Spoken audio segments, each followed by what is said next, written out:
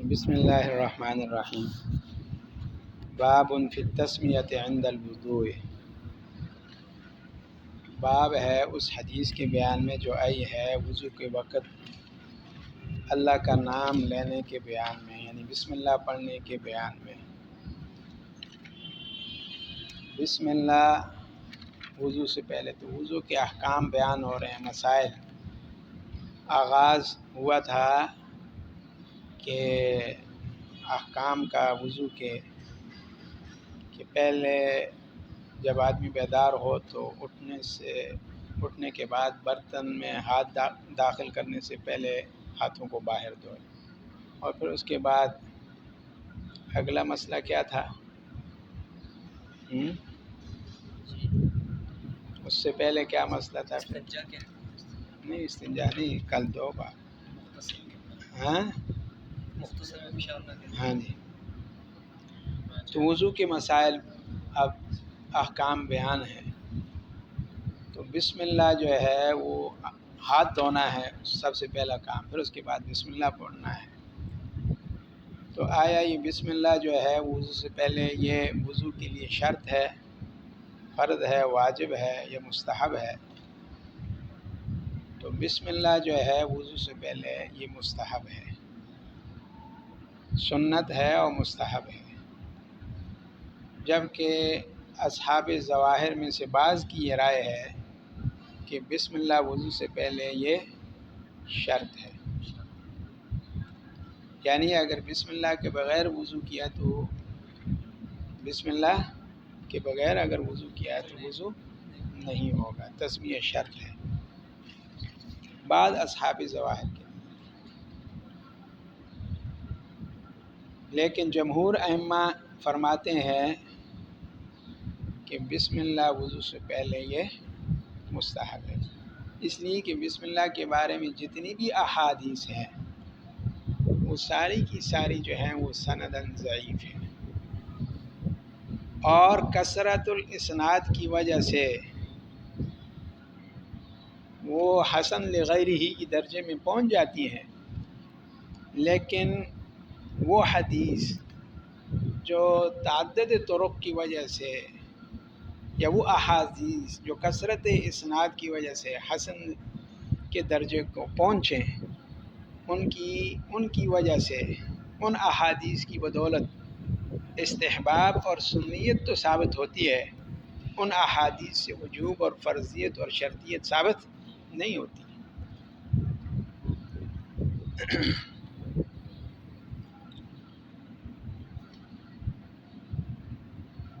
البتہ امام بخاری رحمہ اللہ وہ وضو سے پہلے بسم اللہ کے اندر قیاس کرتے ہیں، اور قیاس وہ کرتے ہیں، اور بخاری کے اندر انہوں نے باب بھی باندھا ہے، اور اس کے اندر انہوں نے ثابت کیا ہے اس بات کو کہ وضو سے پہلے بسم اللہ، چونکہ وضو ایک عبادت ہے، تو اور باب باندھا ہے انہوں نے، حدیث جو پیش کی ہے بسم اللہ سے پہلے وضو کے لیے، جو حدیث انہوں نے، اور صحیح حدیث ہے وہ سند کے ساتھ، وہ جو پیش کی ہے وہ جماع کے وقت بسم اللہ پڑھنے کے بارے میں۔ کس کے وقت؟ جماع۔ اور وہ امام بخاری رحمہ اللہ وہ استدلال کرتے ہیں کہ جماع ایک جائز کام ہے، مباح کام ہے، جب اس سے پہلے بسم اللہ پڑھنا جو ہے وہ سنت ہے اور مستحب ہے، نبی علیہ السلام نے فرمایا ہے، تو وضو جو کہ عبادت ہے تو اس کے اندر اس سے پہلے بسم اللہ پڑھنا تو بدرجہ اولا کیا ہوگا؟ مستحب ہوگا، سنت ہوگا۔ تو امام بخاری قیاس کرتے ہیں، اور امام بخاری قیاس کے منکر نہیں ہے، ہاں جی، وہ منکر ہیں اس قیاس کے جو تکلفی ہو، بناوٹی ہو، یا وہ منکر ہیں اس قیاس کے جو نصوص کے مقابلے میں ہو۔ تو نصوص کے مقابلے میں تو کوئی بھی قیاس کا قائل نہیں ہے، صرف امام بخاری نہیں۔ تو تو یہ طرز استدلال ہے، طریقہ استدلال ہے، امام بخاری نے بھی قیاس کیا ہے۔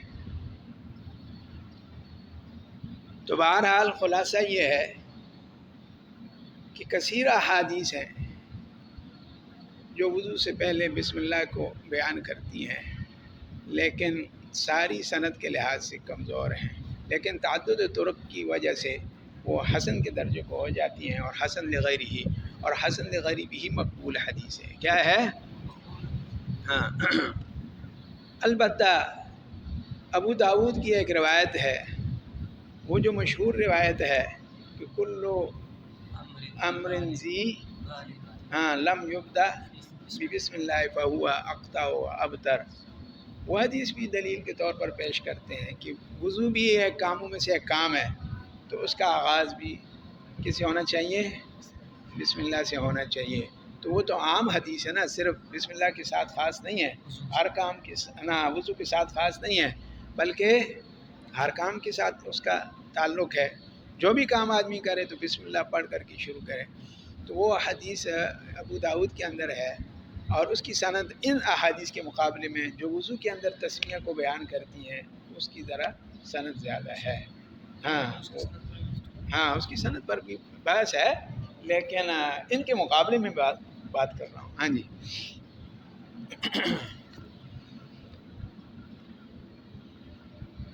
تو اس کے اندر حدیث نقل کر دی امام ترمذی رحمہ اللہ نے، کس سے حدیث نقل کر دی؟ وہ کہتے ہیں کہ مجھے حدیث بیان کی نصر بن علی نے اور بشر بن معاذ عقدی نے، یہ دونوں شیخ ہیں امام ترمذی، یہ دونوں کہتے ہیں کہ ہمیں حدیث بیان کی بشر بن مفضل نے عبد الرحمن بن حرملہ سے نقل کرتے ہوئے، انہوں نے نقل کیا ابو سفال مری سے، انہوں نے رباح بن عبد الرحمن بن ابی سفیان بن حویطب سے، اور رباح بن عبد الرحمن بن ابی سفیان بن حویطب اپنی دادی سے، اور ان کی دادی نقل کرتی ہیں اپنے باپ سے۔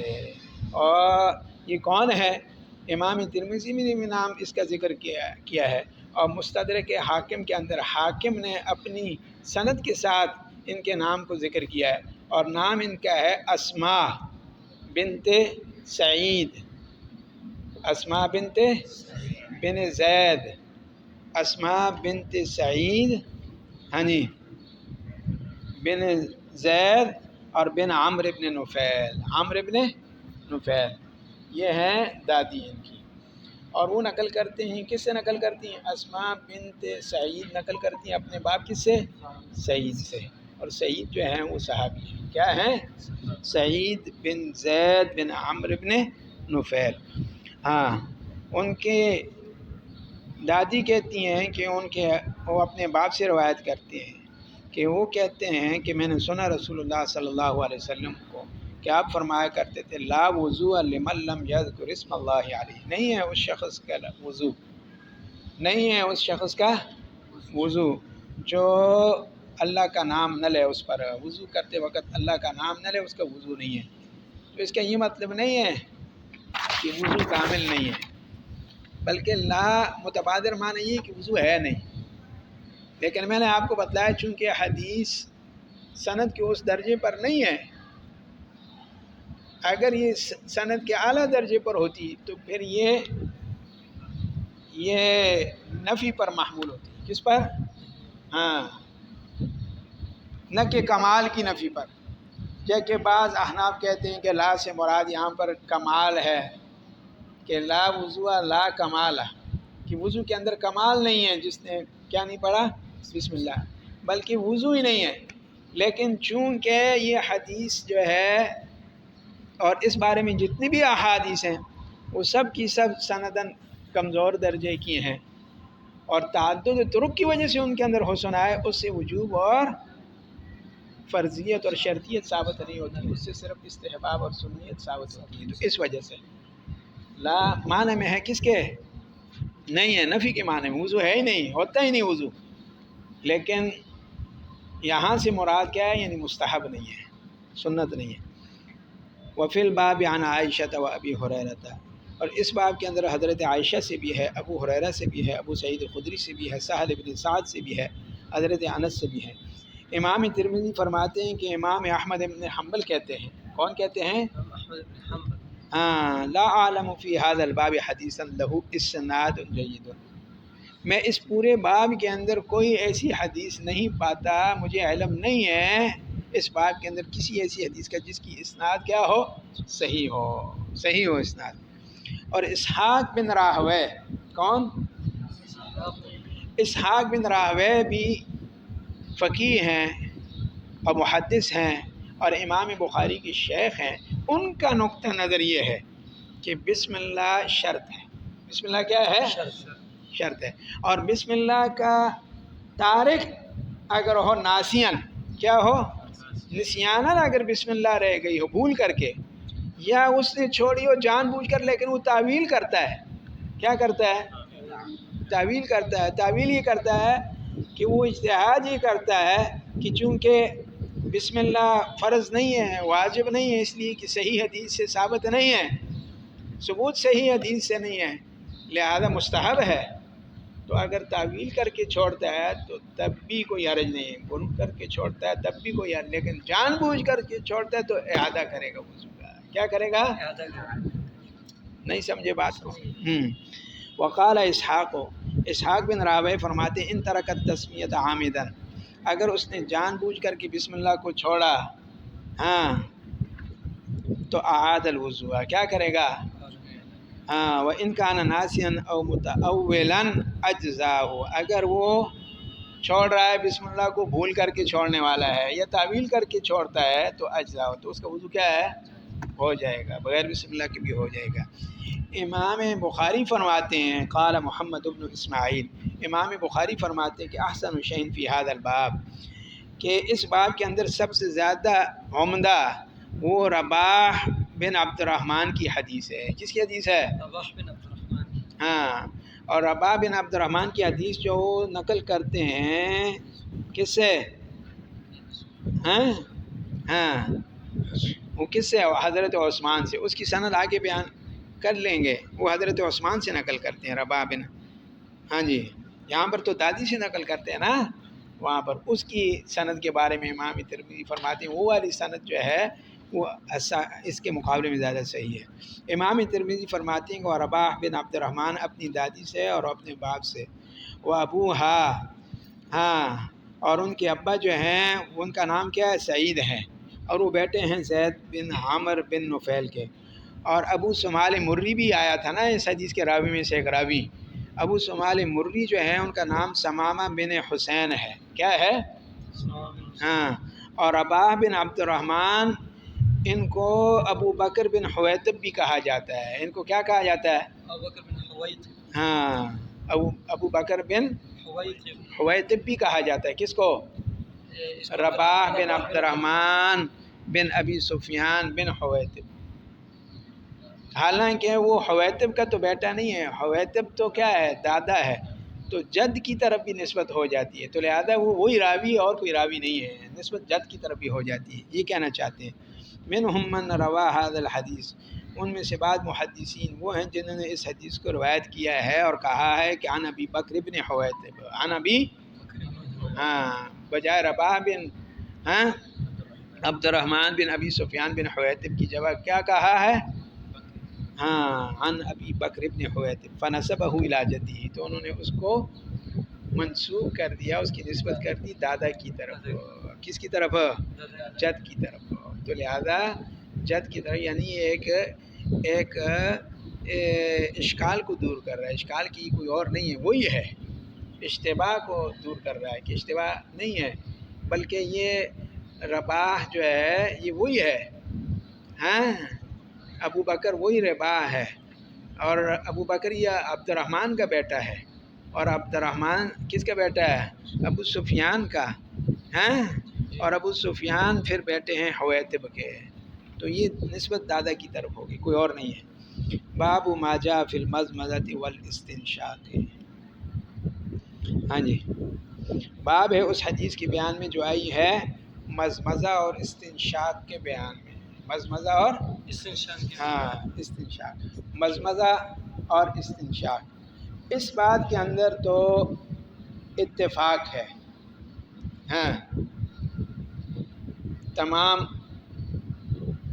لوگوں کا، ائمہ کا، کہ مزمزہ اور استنشاق وضو میں بھی کرنا چاہیے اور غسل میں بھی کرنا چاہیے. کس میں؟ ہاں. البتہ جو اختلاف ہے وہ فرق مراتب کے اندر ہے. کس کے اندر ہے؟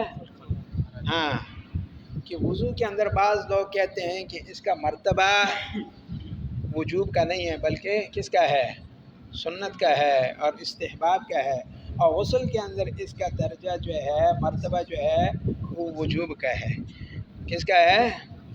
لیکن عمل کے لحاظ سے کوئی فرق نہیں ہے وجوب کے اندر اور سنت کے اندر. اس لیے کہ سنت پر عمل کرے گا بھی تو اجر ملے گا، وجوب پر عمل کرے گا بھائی کیا ملے گا؟ اجر ملے گا، ثواب ملے گا. اس لیے کہ جب آدمی کوئی کام کر رہا ہے، کیا کر رہا ہے؟ اور کام کس لیے کر رہا ہے؟ ثواب کے لیے کر رہا ہے، اللہ کی رضا کے لیے کر رہا ہے.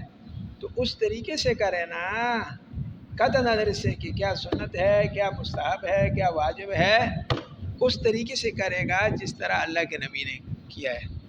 اس میں کیا سنت ہے، کیا مستحب ہے، کیا فرض ہے، کیا اس کی ضرورت تو تب پڑتی ہے جب کسی نے کوئی غفلت کا مظاہرہ کیا.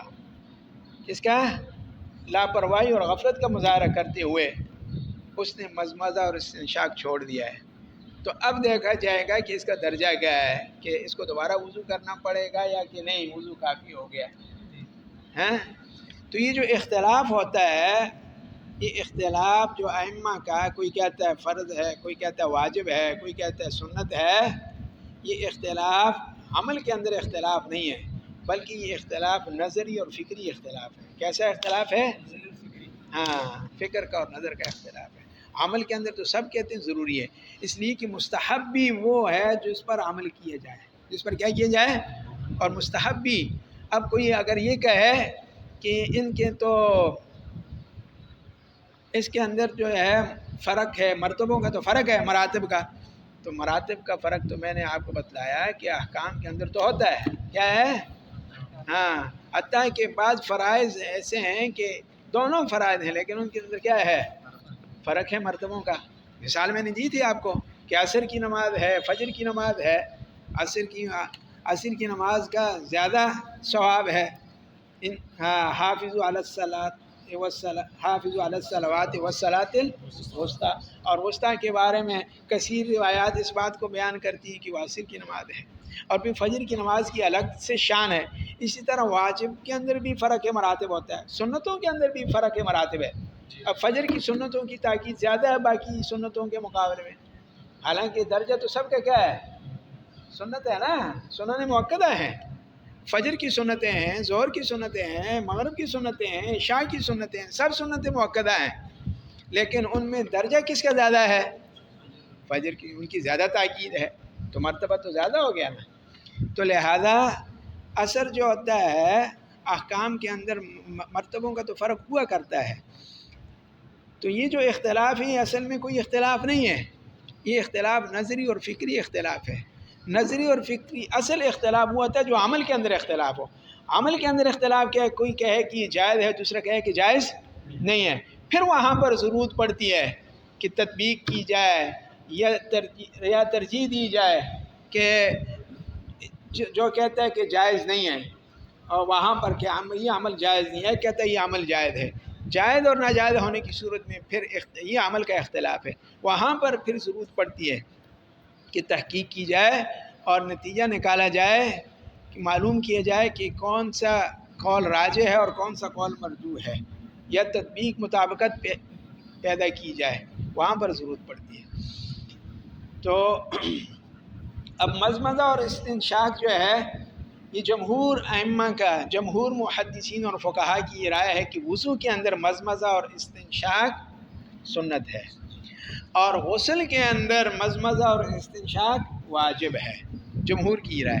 جبکہ بعض کی یہ رائے ہے، بعض ائمہ اور فقہا کی رائے ہے کہ وضو اور غسل دونوں میں مزمزہ اور استنشاق کیا ہے؟ یہ واجب ہے. یہ کیا ہے؟ واجب ہے، یعنی نہیں ہوگا وضو اور بعض کی رائے ہے کہ دونوں کے اندر کیا ہے؟ سنت ہے. غسل کے اندر بھی سنت ہے اور وضو کے اندر بھی کیا ہے؟ سنت ہے، واجب نہیں ہے. اب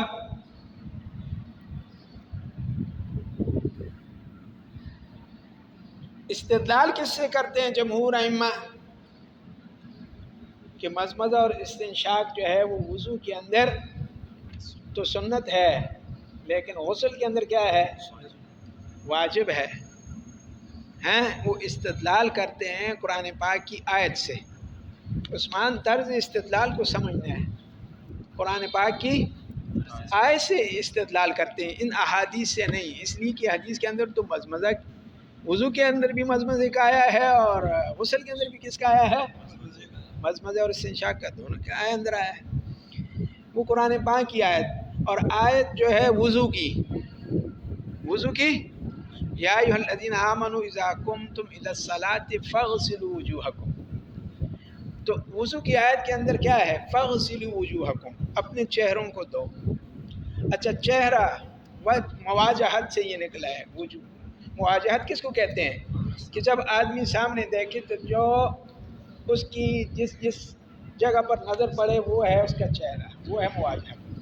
اب اگر منہ بند ہو تو منہ کا اندر والا حصہ آدمی کو نظر نہیں آتا، ناک کا اندر والا حصہ نظر نہیں آتا سامنے جب آدمی ہو منہ بند. تو لہذا یہ کہتے ہیں کہ یہاں پر فغسلوا امر ہے لیکن اس کے اندر مبالغہ نہیں ہے. کیا نہیں ہے؟ کیا نہیں ہے؟ مبالغہ نہیں، سادہ حکم بغیر مبالغے کے. تو لہذا چہرہ دھو لیا جائے، کیا کر لیا جائے، اور کلی اور استنشاق نہ کیا جائے تو فاغسلوا وجوہکم کا امر کا جو ہے عمل ہو گیا. لیکن جہاں پر غسل کا حکم ہے وہاں پر کیا ہے؟ وَإِن كُنتُمْ جُنُوبًا فَاتَّطَہَّرُوا، اور فَاتَّطَہَّرُوا یہ مبالغہ ہے. کیا ہے؟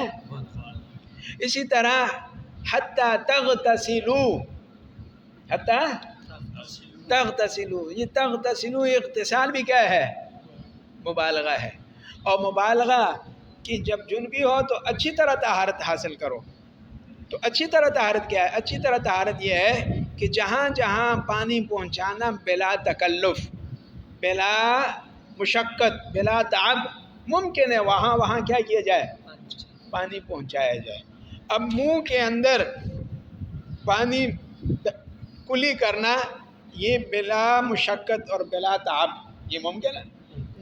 استنشاق کرنا، ناک کے اندر پانی ڈالنا بغیر تکلیف کے اور بغیر مشقت کی یہ ممکن ہے. جبکہ آنکھوں کے اندر پانی داخل کرنا یہ بغیر مشقت کی ممکن نہیں ہے، تکلف کے ممکن نہیں ہے. ورنہ سوال پیدا ہوتا ہے نا، تو پھر اگر مبالغہ ہے تو آنکھوں کے اندر بھی، آنکھیں بھی تو نظر آتی ہیں نا، تو آنکھوں کے اندر بھی تو پانی ڈالا جائے. تو کہا کہ بلا تعب، بغیر تکلف کے، بغیر مشقت کے جہاں جہاں پانی پہنچانا ممکن ہے وہ اس کو پہنچایا جائے. تو لہذا غسل کے اندر کلی اور مضمضہ اور استنشاق یہ دونوں کیا ہوں گے؟ واجب ہوں گے. حتی تغتسلوا کی وجہ سے، وَإِن كُنتُمْ جُنُوبًا فَاتَّطَہَّرُوا کی وجہ سے مبالغہ ہے. اور جب کہ فَاغْسِلُوا مبالغہ نہیں ہے. فَاغْسِلُوا کیا نہیں ہے؟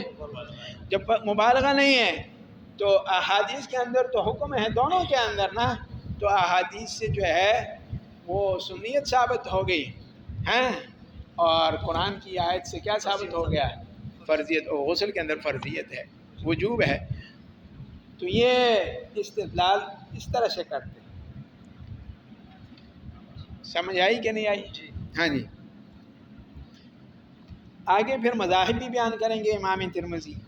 امام ترمذی نے یہاں پر حدیث نقل کر دی، باب اس حدیث کے بیان میں جو آیا ہے مضمضہ اور استنشاق کے بیان میں حدیث بیان کر دی سلمہ بن قیس سے.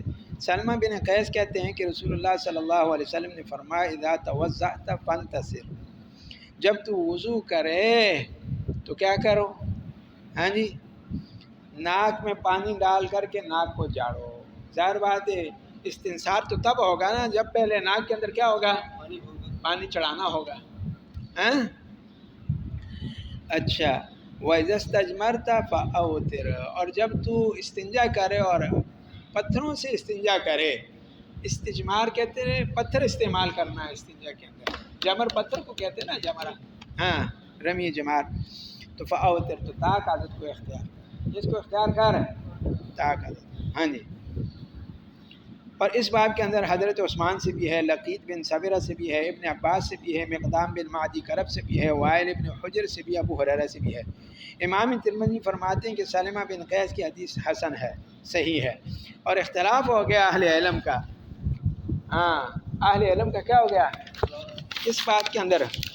فی من ترکا، اس شخص کے بارے میں جس نے چھوڑ دیا مزمزہ اور استنشاق، تو اس کے بارے میں اختلاف ہے. فقال طائفۃ منہم، تو اہل علم کی ایک جماعت نے کہا ہے کہ اذا ترکہما فی الوضوء، جب کہ ان دونوں کو چھوڑ دیا، یعنی مزمزہ اور استنشاق دونوں کو چھوڑ دیا ہو وضو کے اندر، ہاں یہاں تک کس نے کیا کر لی، تو اعادہ، کیا کرے گا، یعنی دوبارہ وضو کر کے دوبارہ نماز پڑھے گا، نماز نہیں ہوگی. ہاں جی. ہاں ہاں جی. تو یہ ایک گروہ یہ کہتا ہے ورأوا ذلك فی الوضوء والجنابۃ سواء، اور یہ سمجھتا ہے، اس کی رائے یہ ہے کہ یہ مزمزہ اور استنشاق وضو اور جنابت میں برابر ہے. وضو اور جنابت دونوں میں کیا ہے، یعنی واجب ہے، یعنی کیا ہے. وبہ یقول ابن ابی لیلہ، اس کے قائل کون ہیں، ابن ابی لیلہ. ابن ابی لیلہ یہ امام اعظم امام ابو حنیفہ کے ہم عصر ہیں، اور امام صاحب کے ساتھ ان کے کئی مناظر بھی ہوئے ہیں، مباحثے بھی ہوئے ہیں، اور امام صاحب پر انہوں نے بڑی سخت تنقید بھی کی ہے. بہرحال ان کی اپنی رائے ہے، فقیہ ہیں، مجتہد ہیں، تو وہ ان کی. اور اسی طرح عبداللہ ابن مبارک جو امام اعظم امام ابو حنیفہ کی شاگرد ہیں، ان کی بھی یہ رائے ہے. امام احمد ابن حنبل کی بھی ایک روایت کے مطابق یہ رائے ہے، اور اسحاق بن راہوے کی بھی یہ رائے ہے. کس کی؟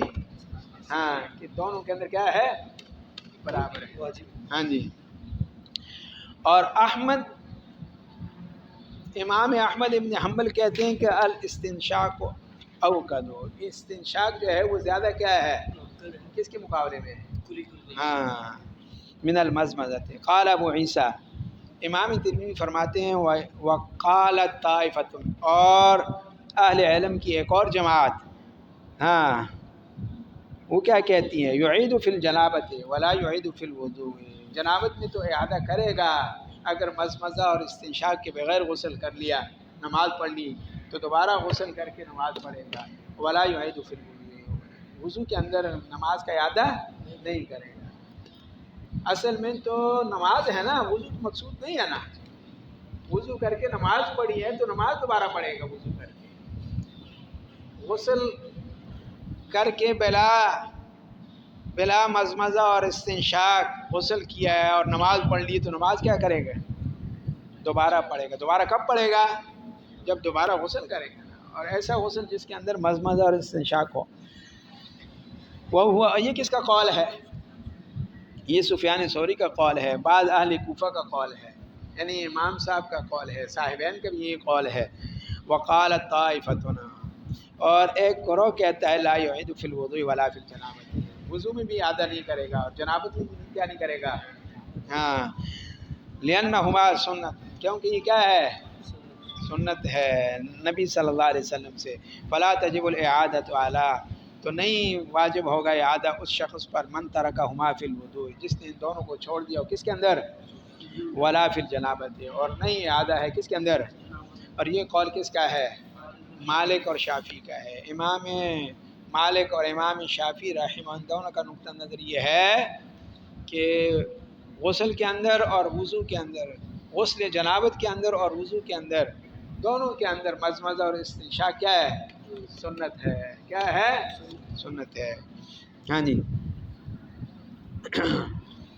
تو باب المزمزۃ والاستنشاق من کف واحد، باب ہے مزمزہ اور استنشاق کے بیان میں کہ ایک ہتھیلی سے، ایک چلو سے، کس سے، من کف واحد، ایک چلو سے.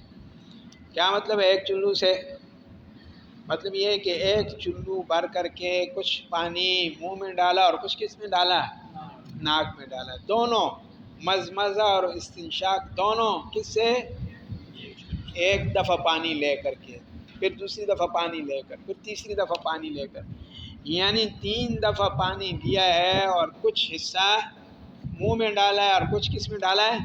ناک میں ڈالا ہے، کچھ کس میں؟ ناک میں۔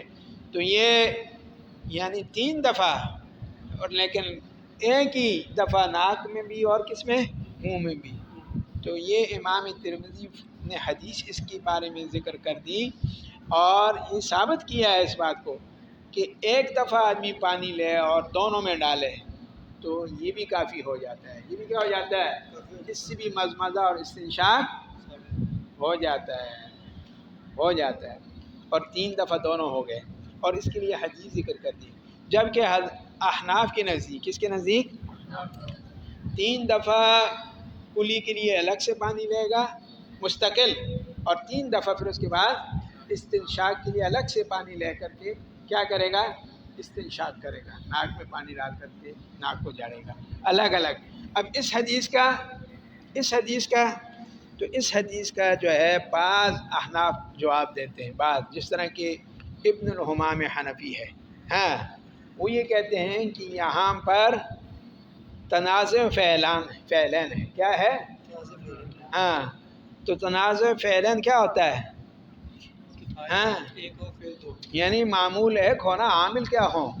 2، عامل 2 ہو اور معمول کیا ہو؟ 1 ہو، تو وہ دونوں الگ الگ، دونوں عامل کیا ہوتے ہیں؟ الگ الگ ہوتے ہیں۔ معمول چونکہ کیا ہے؟ 1 اور عامل کیا ہیں؟ 2 ہیں۔ تو وہ کہنا یہ چاہتے ہیں کہ مزمزہ الگ سے ہے اور استنشاق کیا ہے؟ الگ سے ہے۔ مزمزہ الگ سے 3 دفعہ اور استنشاق الگ سے 3 دفعہ۔ لیکن یہ جو تعویل ہے یہ کمزور ہے، اس لیے کمزور ہے کہ حدیث کے اندر تصریح آ گئی کہ فعل ذالک ثلاث۔ کیا آ گئی؟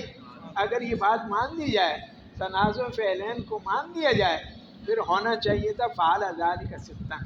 آپ نے یہ عمل کیا کتنی مرتبہ؟ 6 مرتبہ۔ یہ ہونا چاہیے تھا۔ جو صحابی نبی علیہ السلام سے حدیث کو روایت کر رہا ہے، نقل کر رہا ہے آپ کا فعل، وہ ساتھ میں یہ بھی بیان کر رہا ہے کہ فعل ذالک ثلاثا۔ آپ نے یہ عمل کیا کتنی مرتبہ؟ 3 مرتبہ۔ ہاں جی، تو لہذا احناف کے نزدیک یہ امام صاحب کا یہ نقطہ نظر نہیں ہے، امام صاحب کے شاگردوں کا یہ نقطہ نظر نہیں ہے، بلکہ ابن الحمام حنفی اور ملا علی قاری نے یہ توجیہ کی ہے۔ کس نے؟ ہاں جی، مشکات کا شارح ہے نا ملا علی قاری، اس نے یہ کہا ہے کہ مطلب یہ ہے کہ تنازع فعلین ہے اور 6 مرتبہ ہے، ہاں وہ، اور یہ 3 مرتبہ نہیں ہے۔ لیکن پھر تصریح حدیث کے اندر آ گئی تو اس کا کیا جواب بنے گا؟ اس کا کوئی جواب نہیں۔ امام صاحب کی یہ رائے نہیں ہے، امام صاحب کی یہ رائے کہ وہ بھی ٹھیک ہے، یہ بھی ٹھیک ہے، وہ بھی ٹھیک ہے، الگ الگ 3 دفعہ پانی لے کر منہ میں اور ناک میں ڈالے، یہ بھی ٹھیک ہے، یہ بھی ثابت ہے، اور ایک ہی دفعہ پانی لے کر کے کتنی دفعہ؟ ہاں، دونوں میں ڈالے آدھا آدھا، پھر دونوں میں ڈالے آدھا آدھا، پھر دونوں میں، یہ بھی ٹھیک ہے۔ اور ایک دفعہ پانی لے کر کے کچھ منہ میں، پھر ناک میں، پھر منہ میں، پھر ناک میں، پھر ایک ہی دفعہ پانی لے کر تھوڑا تھوڑا تھوڑا تھوڑا تھوڑا تھوڑا، تو 3 ایک ہے نا، 3 دفعہ پانی لیا، کچھ یہ کچھ یہ کچھ یہ، 3 طرح سے ثابت ہے۔ کتنے طرح سے ثابت ہے؟ عثمان نہیں سمجھا؟ ہاں جی، ہاں، اور من کف واحد کی یہ توجیہ بھی کرتے ہیں احناف میں سے بعض کی، مطلب یہ کہ ایک چلو سے لیے 2 چلو نے استعمال کیا، یوں نہیں کیا، یہ بھی۔ ہاں جی، اچھا جی، باب المزمزۃ والاستنشاق من کف واحد، باب ہے اس حدیث کے بیان میں جو آئی ہے مزمزہ اور استنشاق کے بارے میں ایک ہی حدیث سے۔ اس کے اندر امام ترمذی حدیث نقل کرتے ہیں اپنے استاد یحییٰ بن موسیٰ سے، وہ کہتے ہیں ہمیں حدیث بیان کی ابراہیم بن موسیٰ نے، وہ کہتے ہیں ہمیں حدیث بیان کی خالد نے، عمرو بن یحییٰ سے نقل کرتے ہیں، وہ اپنے باب یحییٰ سے نقل کرتے ہیں، وہ نقل کرتے ہیں عبداللہ بن زید سے، عبداللہ بن زید جو کہ صحابی ہیں، وہ کہتے ہیں کہ میں نے دیکھا نبی صلی اللہ علیہ وسلم کو کہ مزمزہ واستنشقا، آپ نے مزمزہ کیا اور استنشاق کیا، یعنی منہ میں پانی ڈال کر کے کلی کی اور ناک میں پانی ڈال کر کے ناک کو جاڑا، من کف واحد، کس سے؟ ایک ہی ہتھیلی سے، اور فعل ذلک ثلاثا، یہ عمل کیا آپ نے کتنی مرتبہ؟ 3 مرتبہ عمل کیا. کتنی مرتبہ؟ ہاں. وفی الباب عن عبداللہ ابن عباس، اس باب میں حضرت عبداللہ ابن عباس سے بھی روایت ہے. امام ترمذی فرماتے ہیں کہ عبداللہ بن زید کی حدیث حسن غریب ہے. کیا ہے؟ ہاں. اور نقل کیا ہے اس حدیث کو مالک نے اور ابن عیینہ نے اور کئی ایک نے اس حدیث کو عمرو ابن یحییٰ سے، اور نہیں ذکر کیا انہوں نے یہ والا جملہ، هذا الحرف، یہ جملہ. کون سا جملہ؟ ہاں، کہ ان النبی صلی اللہ علیہ وسلم مزمز واستنشق من کف واحد، یہ نہیں ذکر کیا. ہاں مزمزہ واستنشق آیا ہے. وانما ذکرہ خالد بن عبداللہ، اور یہ تو صرف اور صرف ذکر کیا کس نے؟ خالد بن عبداللہ نے. اور خالد ثقہ ہیں، حافظ ہیں محدثین کے نزدیک. بعض اہل علم کہتے ہیں کہ مزمزہ اور استنشاق ایک ہی چلو سے کافی ہو جاتا ہے، اور بعض کہتے ہیں کہ الگ الگ دونوں کو کرے گا. ہاں. وقال بعضهم، ہاں، اور بعض محدثین و فقہا کہتے ہیں کہ مزمزہ بھی الگ کرے اور استنشاق بھی کیا کرے. ہاں. احب الینا، وہ ہمیں کیا ہے؟ زیادہ محبوب ہے. امام شافعی فرماتے ہیں ان جمعہما فی کف واحد فہو جائز، اگر ان دونوں کو اکٹھا کر دیا ایک ہی کف کے اندر، ایک ہی ہتھیلی کے اندر، تو تب بھی جائز ہے. اور ان فرقہما، اور اگر ان دونوں کو کیا کیا؟ الگ الگ کیا، یعنی 3 مرتبہ الگ منہ میں پانی ڈالا اور 3 مرتبہ الگ کس میں پانی ڈالا؟ مستقل پانی لے کر کے ناک میں ڈالا. فہو احب الینا، تو یہ ہمیں کیا ہے؟ زیادہ پسند ہے. یعنی دونوں ٹھیک ہے. امام شافعی فرماتے ہیں دونوں ٹھیک ہے. سمجھے کہ نہیں؟ ہاں جی. باب فی تخلیل اللیت، باب ہے داڑھی کے اندر خلال کے بیان میں، یعنی اس حدیث کے بیان میں جو آئی ہے داڑھی کے اندر خلال کے سلسلے میں. ہاں جی. تو داڑھی کے اندر خلال بھی جو ہے یہ بھی مستحب ہے. یہ بھی کیا ہے؟ ہاتھ کو نیچے سے ڈال کر کے خلال کرے، نیچے سے ڈال کر کے کیا کرے. تو وضو کے سنن میں سے، مستحبات میں سے، طریقوں میں سے ایک یہ بھی ہے کہ داڑھی کا خلال ہے. کیا ہے؟ ہاں. اور یہ بھی سنت ہے. ہاں جی. تو امام ترمذی نے حدیث نقل کر دی حسان بن بلال سے. حسان بن بلال کہتے ہیں کہ میں نے دیکھا عمار بن یاسر کو کہ توضا، انہوں نے کیا کیا؟ وضو کیا. اور چنانچہ فخلل لحیتہ، انہوں نے اپنی داڑھی کا کیا کیا؟ کس نے؟ عمار بن یاسر نے. فقیل لہو، تو انہیں کہا گیا، او قالا، ہاں، فقلت لہو، یا کون کہتے ہیں؟ حسان بن کہتے ہیں کہ اس نے کہا. ہیں؟ حسان کہتے ہیں انہیں کہا گیا، کسی اور نے کہا، یا حسان کہتے ہیں کہ میں نے قالا، اس نے کہا، یعنی حسان نے کہا. قلت فقلت لہو، تو میں نے کہا. حسان کہتے کہ میں نے کہا، انہیں کہا، عمار بن یاسر کو کہا، یہ کسی اور نے کہا. فقلت لہو اتخلل لحیتک، میں نے انہیں کہا کہ کیا آپ داڑھی کا خلال کرتے ہیں؟ داڑھی کا بھی خلال کرتے ہیں آپ؟ ہاں. تو قال وما یمنعنی، تو انہوں نے کہا کہ مجھے کون سی چیز منع کرنے والی، کون مجھے روک سکتا ہے داڑھی کے خلال سے؟ کون سی چیز مجھے مانع ہے؟ حالانکہ اس حال کے اندر کہ میں نے دیکھا رسول اللہ صلی اللہ علیہ وسلم کو یخلل لحیتہ، کہ اپنی داڑھی مبارک کا کیا کیا کرتے تھے؟ خلال کیا کرتے تھے. ہاں. تو مطلب کیا ہوا؟ عمار بن یاسر نے جواب دیا کہ آپ علیہ السلام کی عادت مبارک تھی کہ داڑھی کا خلال کیا کرتے، تو داڑھی کا خلال بھی سنت ہے. ہاں جی. تو ایک اور سند بیان کر دی اسی کے لیے، اسی حدیث کے لیے، حسان بن بلال سے، وہ عمار سے، اور عمار نبی صلی اللہ علیہ وسلم سے، اسی کی مثل. اس باب کے اندر حضرت عائشہ سے بھی ہے، ام سلمہ سے بھی ہے، انس سے بھی ہے، ابن ابی اوفا سے بھی ہے، ابو ایوب سے بھی ہے. امام ترمذی فرماتے ہیں کہ میں نے اسحاق بن منصور سے سنا، اپنے استاد کس سے؟ ہاں. وہ کہتے تھے کہ میں نے احمد بن حنبل سے سنا کہ امام احمد بن حنبل فرماتے ہیں کہ ابن عیینہ نے کہا. کس نے کہا؟ کہ لم یسمع عبد الکریم بن حسان بن بلال، کہ عبد الکریم کا سماع حسان بن بلال سے ثابت نہیں ہے. کیا نہیں ہے؟ تو گویا کہ حدیث کے اندر کیا آ گیا؟ ہاں.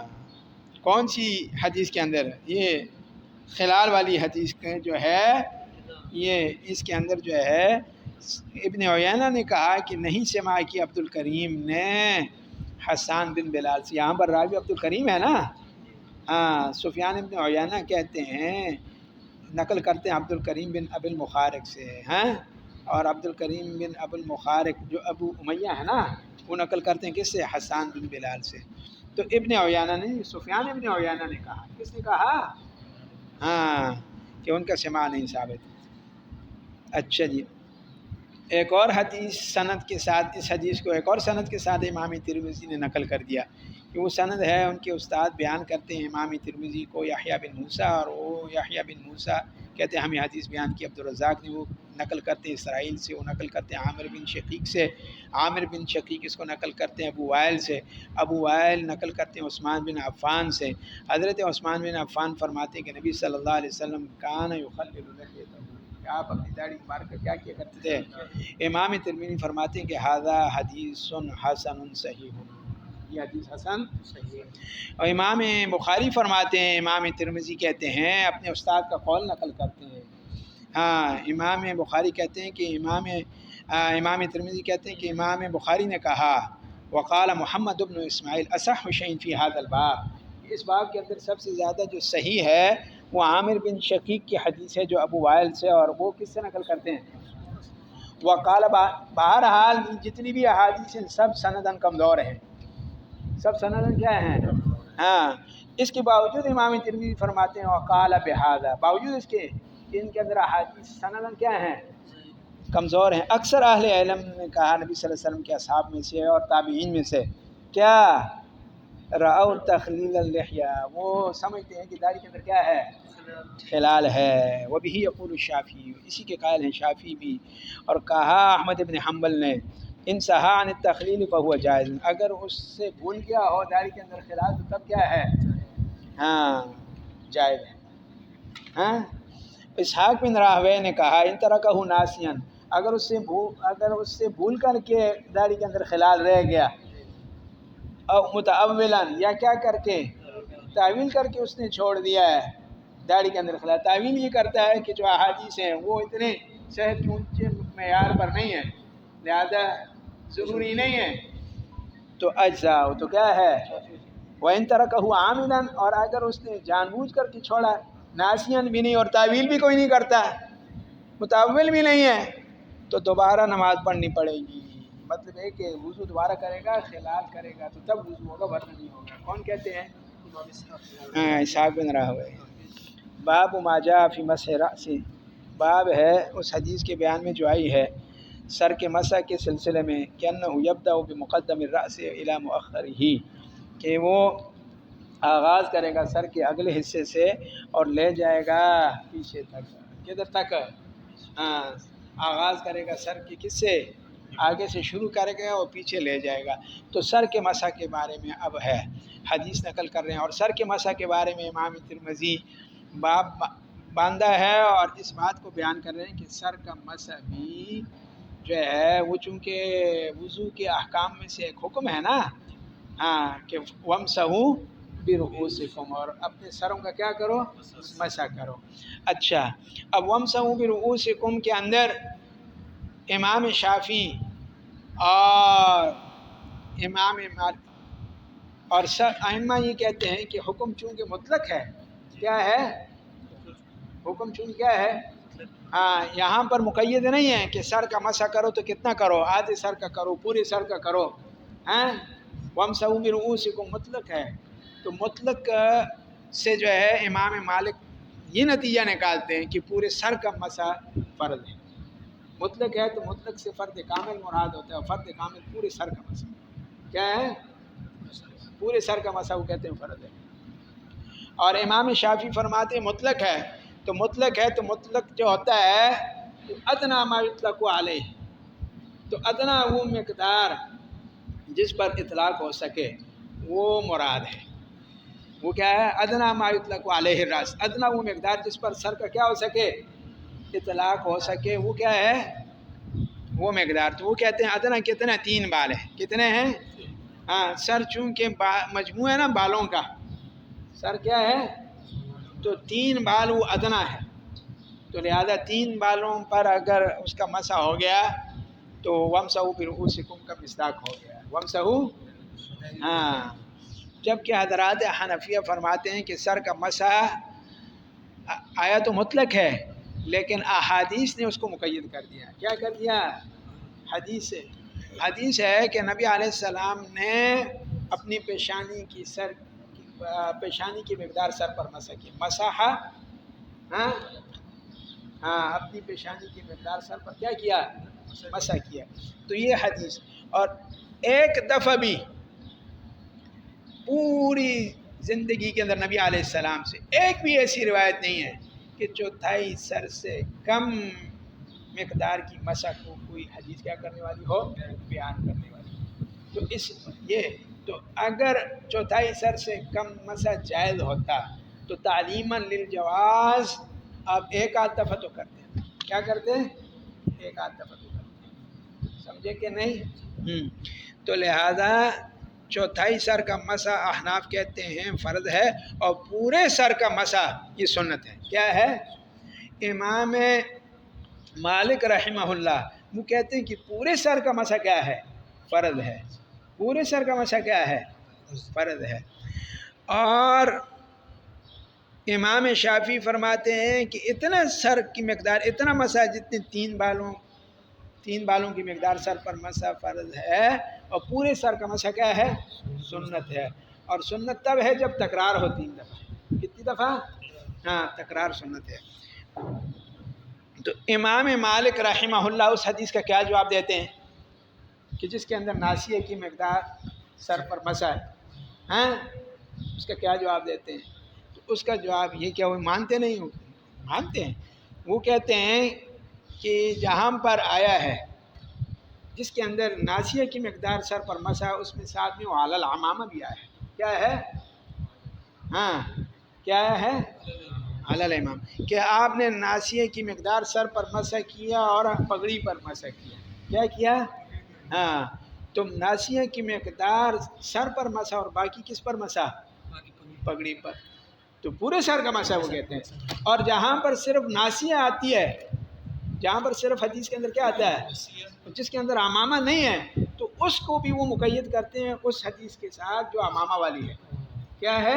وہ کہتے ہیں کہ راوی سے وہاں پر امامہ رہ گیا ہے، وعلی الامامہ کے الفاظ اس نے چھوڑ دیے، رہ گئے ہیں، لہذا وہ یہ تعویل کرتے ہیں، یہ توجیہ کرتے ہیں، اور وہ کہتے ہیں کہ ایک دفعہ بھی آپ علیہ السلام سے چوتھائی سر کا مسح جو ہے ایک دفعہ بھی ثابت نہیں کہ پورے سر سے کم مسح کیا ہو، اور اس طرح سے مسح کیا ہے کہ چوتھائی تو ننگے سر پر کیا اور باقی کس پر کیا ہے؟ پگڑی پر کیا۔ باقی کس پر کیا ہے؟ تو امام مالک کے نزدیک یوں اگر مسح ہو پورے سر کا کہ کچھ سر کے حصے پر ہو، باقی کس پر ہو؟ پگڑی پر ہو، تو جائز ہے۔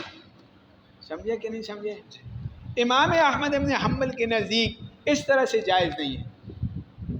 ان کے نزدیک پورے سر پر پگڑی پر مسح اس صورت میں جائز ہے، پگڑی پر مسح جبکہ اس کو باندھا ہو وضو پر، کس پر؟ اور سر کا کوئی حصہ بھی ننگا نہ ہو۔ کیا نہ ہو؟ اس کو کہتے ہیں جس طرح موزے آدمی نے پہنے ہیں نا، باوضو ہو کر کے پہنے ہیں موزے، اور پھر جو ہے آدمی جب دوڑے تو پگڑی گرے بھی نہیں، از خود سے نہ، جب آدمی اتارے تو تبھی اترے گا، اس طرح مضبوطی سے باندھا ہوا ہو، تو پھر تو وہ پگڑی پر مسح جائز ہے، ورنہ کچھ آدھے سر پر اور کچھ پگڑی پر مسح جائز۔ احناف کے نزدیک بھی پگڑی پر مسح نہیں ہے۔ کیا نہیں ہے؟ ہاں، وہ کہتے ہیں کہ پگڑی پر مسح ہے ہی نہیں، اور وہ یہ جو اس حدیث کا جس کے اندر آتا ہے کہ نبی علیہ السلام نے پیشانی کی مقدار سر پر مسح کی اور پگڑی پر مسح کیا، تو علی العمامہ کے اندر وہ کہتے ہیں کہ راوی کو فہم کے اندر خطا لگی ہے۔ کیا لگی ہے؟ آپ نے تو اصل کے اندر مسح کیا کس پر؟ سر کی مقدار، پیشانی کی مقدار سر پر، چوتھائی سر پر مسح کیا، اور باقی آپ نے تو پگڑی برابر کی۔ کیا کی ہے؟ ہاں، جب آدمی یوں ٹوپی کو یوں کر کے تو پھر واپس برابر کرتا ہے نا، تو آپ نے یوں پگڑی برابر کی ہے، تو اس نے سمجھا، اس نے کیا سمجھا؟ راوی کو فہم کے اندر خطا ہوئی، اور فہم کے اندر خطا ہو سکتی ہے، فہم کے اندر کیا ہے؟ خطا ہو سکتی ہے۔ پگڑی پر مسح نہیں کیا، آپ نے پگڑی پر کیا نہیں کیا؟ ہاں، پگڑی کو تو آپ نے بعد میں کیا کیا؟ یوں سیٹ کیا، یوں برابر کیا، یوں، اور اس نے سمجھا کہ مسح ہو رہا ہے. کیا ہو رہا ہے؟ ہاں. تو لہٰذا چوتھائی سر کی مقدار ہی مسح ہے. ثابت ہو گیا. وہ کہتے ہیں ہماری بات. یہ آراء ہے فقہا کی سر کے مسح کی مقدار کے بیان میں بارے میں. اور مسح پھر دونوں ہاتھوں سے. کس سے؟ دونوں ہاتھوں سے. ایک ہاتھ سے نہیں، دونوں ہاتھوں سے. اور دونوں ہاتھوں سے راوی اس کی کیفیت بھی بیان کر رہے ہیں، طریقہ بھی بیان کر رہے ہیں. طریقہ یہ بیان کر رہے ہیں کہ آگے سے یوں پیچھے لے گئے اور پیچھے سے پھر واپس آگے لے آئے. یوں لے گئے اور یوں لے آئے، یوں لے گئے اور یوں لے آئے. یہ بدأ بمقدم رأسہ. ہاں، آغاز کیا کس سے؟ ہاں. اور پیچھے لے گئے اور پیچھے سے آگے لے آئے. خود وضاحت کر رہے ہیں کس کی؟ اعتبار اور اقبال اور ادبار کی. ورنہ مترادف اقبال اور ادبار کا معنی یہ نہیں ہے جو راوی کر رہا ہے.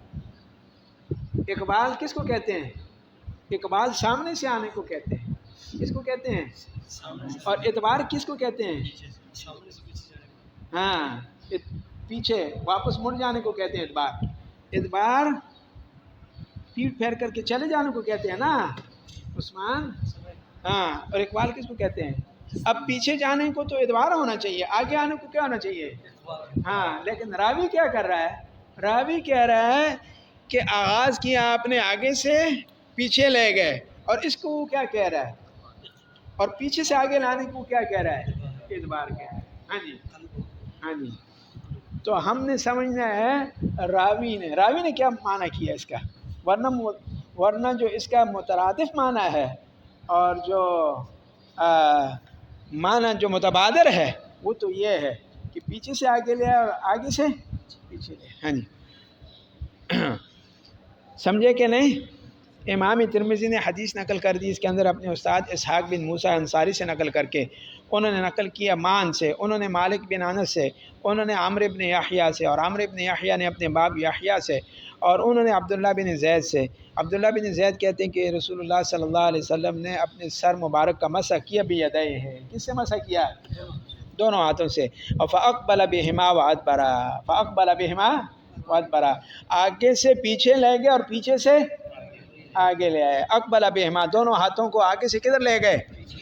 وادبرا، اور پیچھے سے آگے لے آئے. اس کا کہاں سے پتہ لگا؟ خود راوی بیان کر رہا ہے کہ بدأ بمقدم رأسہ، کہ آغاز کیا اپنے سر کے اگلے حصے سے آغاز کیا مسح کا، اور پھر لے گئے. ثم ذهب بهما الى قفا، پھر لے گئے ان دونوں ہاتھوں کو کس کی تک؟ گدی تک. قفا گدی تک نا. اور ثم ردهما، پھر واپس لوٹایا دونوں ہاتھوں کو. کہاں تک لوٹایا؟ حتی رجع الى المکان الذی بدا من، یہاں تک کہ لے آئے واپس اسی جگہ پر جہاں سے کیا کیا تھا؟ آغاز کیا تھا. ثم غسل رجليه، پھر اپنے پاؤں کو دھویا. اس باب کے اندر حضرت معاویہ سے ہے، مقدام بن معدی کرب سے ہے، عائشہ سے ہے. امام ترمذی فرماتے ہیں کہ عبداللہ بن زید کی حدیث جو ہے اصح ہے اس باب کے اندر اور احسن ہے. اسی کے قائل ہیں شافعی، احمد اور اسحاق. چلیں جی.